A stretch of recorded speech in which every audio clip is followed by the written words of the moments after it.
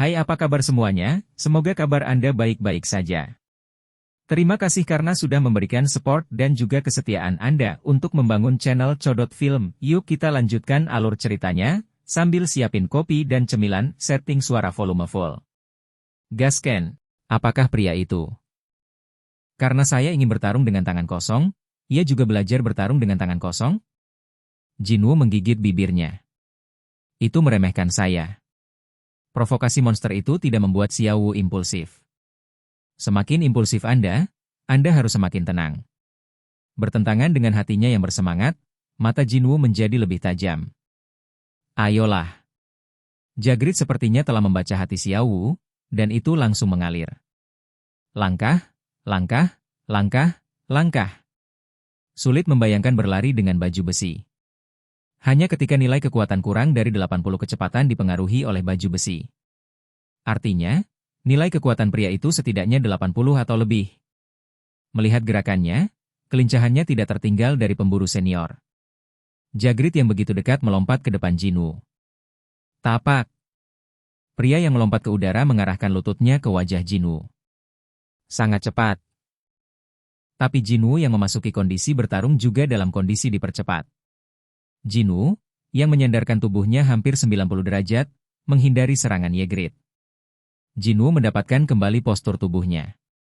Tidak seperti ksatria lain yang harus bergegas beberapa langkah ke depan sebelum mereka bisa berhenti, Jagrid langsung berhenti. Bang! Tidak ada waktu untuk mengagumi gerakannya yang sempurna. Jinwoo berlari dengan cepat, dan menendang wajah pria itu dengan keras sebelum Jagrid sempat berbalik. Tapi itu juga memblokir serangan dengan benar dalam posisi yang tidak stabil. Bang! Jagrid sepenuhnya memblokir tendangan kiri Jinwoo dengan tangan kanannya. Bagaimana itu mungkin?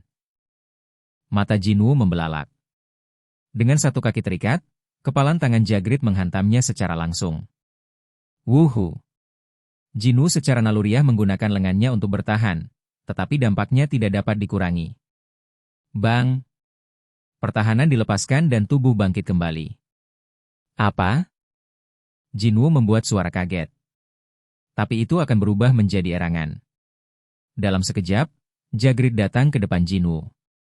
Sebelum dia siap, tinju kiri Jagrid melayang ke arah pipi Jinwoo. Bang! Setelah dibanting ke tanah, Jinwoo berjuang untuk berdiri setelah memantul dan berguling beberapa kali sebelum berhenti. Bip 1. Ada tinnitus. Jinwoo menggelengkan kepalanya dengan kuat. Tinnitus sudah banyak hilang.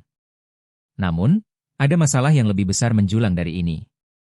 Dalam penglihatan kabur, saya melihat Jagrid mendekat. Langkah, langkah. Jinwoo dengan paksa membuka matanya dan memusatkan kekuatannya pada kakinya. Jagrid berjalan di depan Jinwoo. Mulai berkelahi. Jagrid tidak menghindari serangan Jinwoo. Setelah menerima serangan dengan tubuh, itu juga mengenai lawan. Ledakan. Leher Jagrid agak miring. Tapi Jagrid melawan sebelum Jinwoo bisa berpose. Ledakan.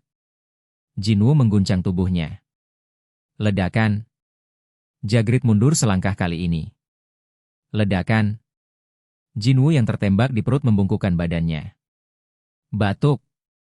Seteguk darah menyembur dari mulutnya. Bagaimana mungkin? Poin pengurangan kerusakan fisik Jinwoo bertambah hingga lebih dari 30% sekarang. Tapi setiap pukulan yang dilontarkan Jagrid seperti dipukul dengan palu. Terhadap serangannya sendiri, itu tidak dapat merusaknya. Pertahanan serangan tidak bertahan lama. Ledakan. Jinwoo yang tersandung akhirnya berlutut. Puff 1. Saya ingin berdiri lagi tetapi kaki saya tidak memiliki kekuatan. Jagrid, yang berdiri di depan Jinwoo, berhenti menyerang dan menatap Xiaowu dengan tatapan kosong. Dia mengabaikan dan menatap Jinwoo dengan curiga. Jagrid mengulurkan tangannya ke pedang panjangnya di kejauhan. Pedang datang ke arah Jagrid seolah ditarik oleh magnet. Jagrid berdiri di samping Jinwoo dengan pedang di kedua tangannya. Ujung pedang menghadap ke langit. Jinwoo merasakan niat Jagrid. Apakah ini berarti pemenggalan? Anda benar-benar serius untuk memenuhi misi Anda sebagai pemimpin Korps Ksatria. Melihat Jinwoo tidak memiliki niat untuk menolak dan menerima kenyataan, Jagrid mulai melakukan pemenggalan. Tapi Jinwoo tidak memiliki ide sedikit pun untuk memotong kepalanya dengan patuh. Pedang itu jatuh secara vertikal. Wuhu! Jinwoo mengangkat lengan kirinya untuk memblokir pedang. Bang! Suara benturan besi. Sarung tangan logam yang diperoleh sebelum masuk ke sini melindungi lengan Jinwoo. Merasakan keterkejutan Ygritte. Memanfaatkan celah itu, Jinwoo melemparkan tinju kanan.